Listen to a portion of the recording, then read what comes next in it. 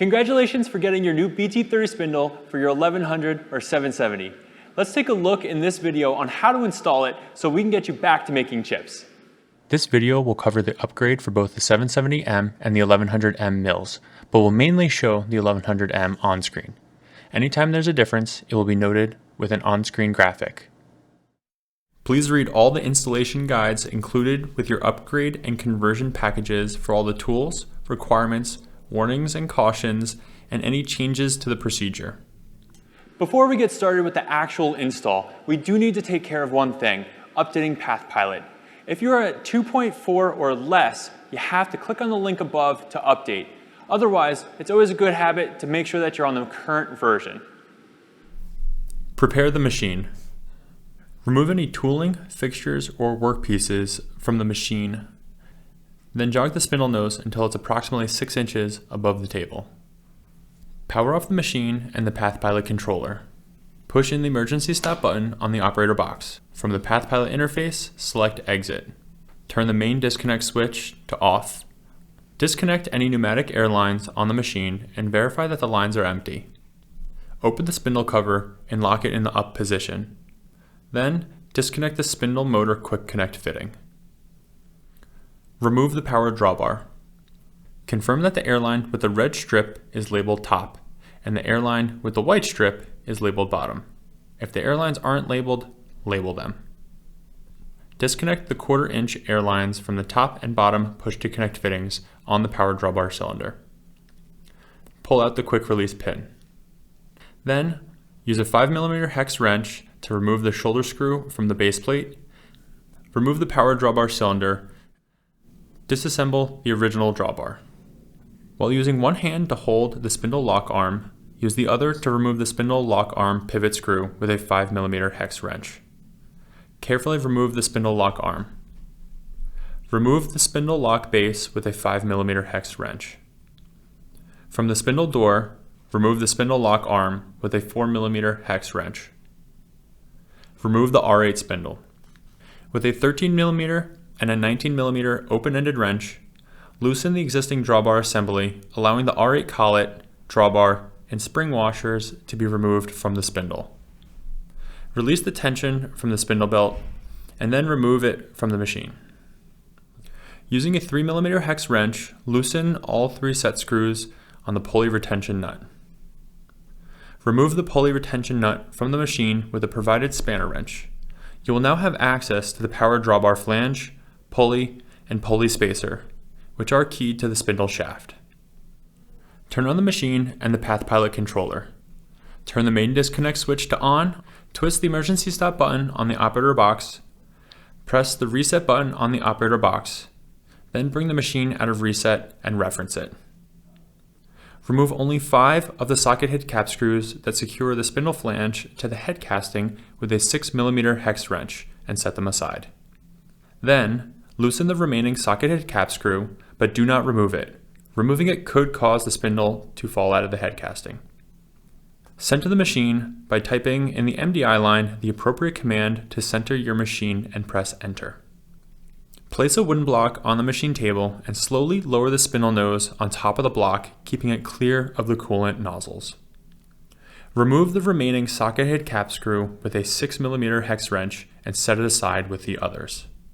Slowly jog the Z-axis up just enough for the spindle to slide out, giving you enough clearance to remove the spindle pulley. Keep a good grip on the R8 spindle as you continue to jog the Z-axis up until it can be completely removed from the spindle. Install the BT30 encoder. Slowly jog the Z-axis down until the spindle motor housing is in a convenient location to remove the motor and work in it. Power off the machine and the PathPilot controller. Push in the emergency stop button on the operator box, select Exit, then turn the main disconnect switch to off. Remove the spindle motor's pivot plate clamping handle and the M10 socket head cap screw from the pivot bushing. On the 770, remove the bolt on the right-hand side.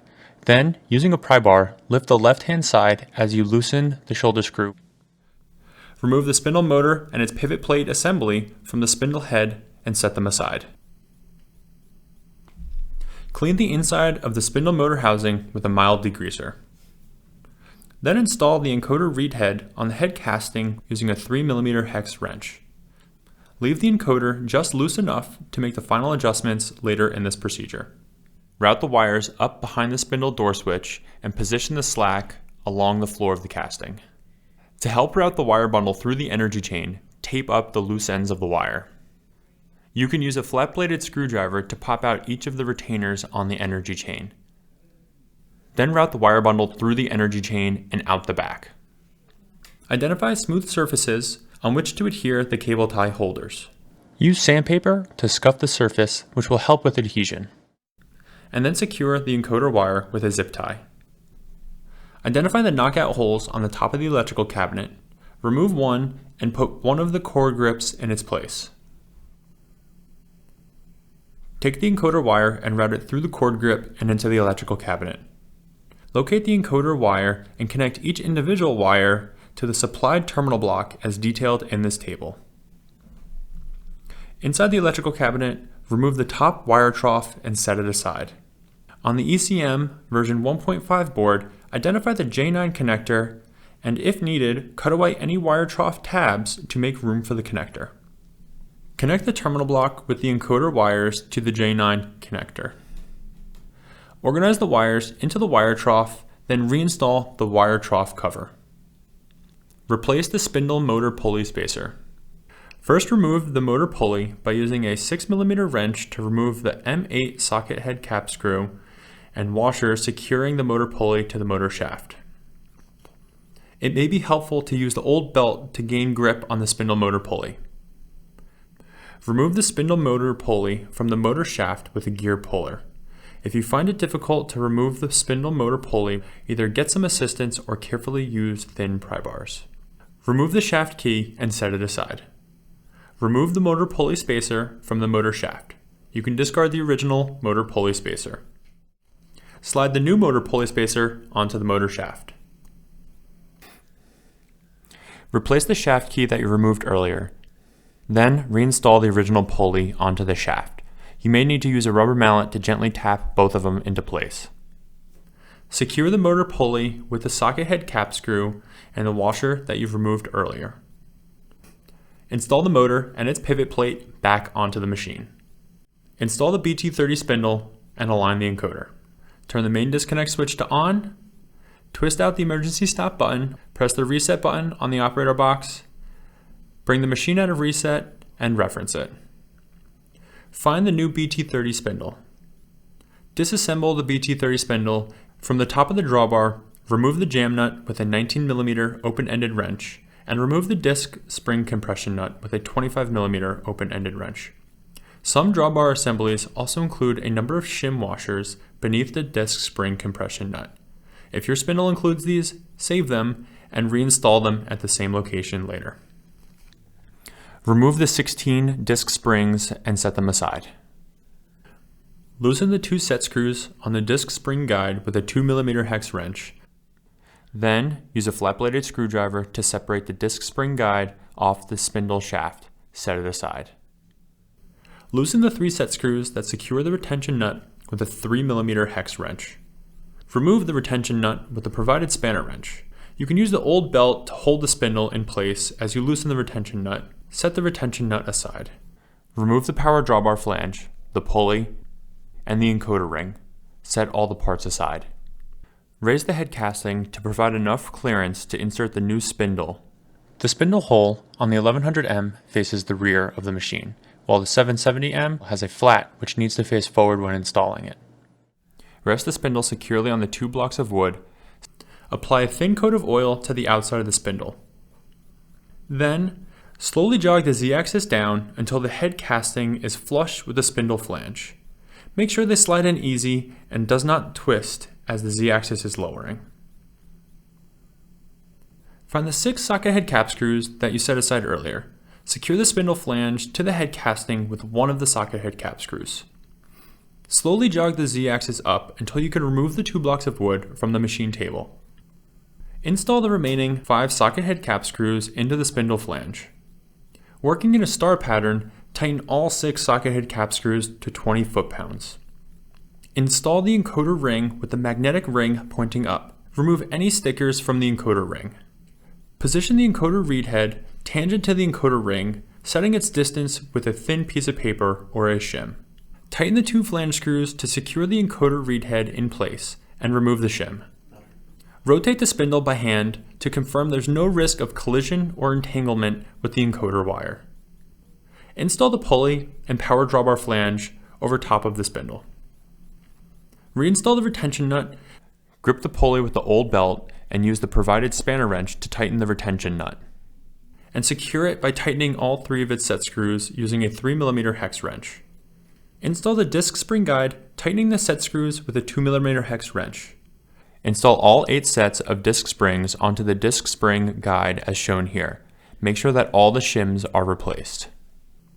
Tighten the disc spring compression nut until it's snug.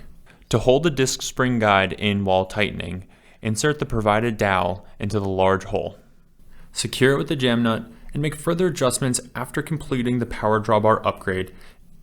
Install the new 250 poly V-belt in the high belt position and then apply tension with the belt tensioner. Manually turn the spindle to ensure that the encoder cables will not become entangled. Reconnect the motor quick connect fitting. Install the VFD. You must power off the machine before making any electrical connections. If you don't, there's a risk of electrocution or shock. Power off the machine and the PathPilot controller.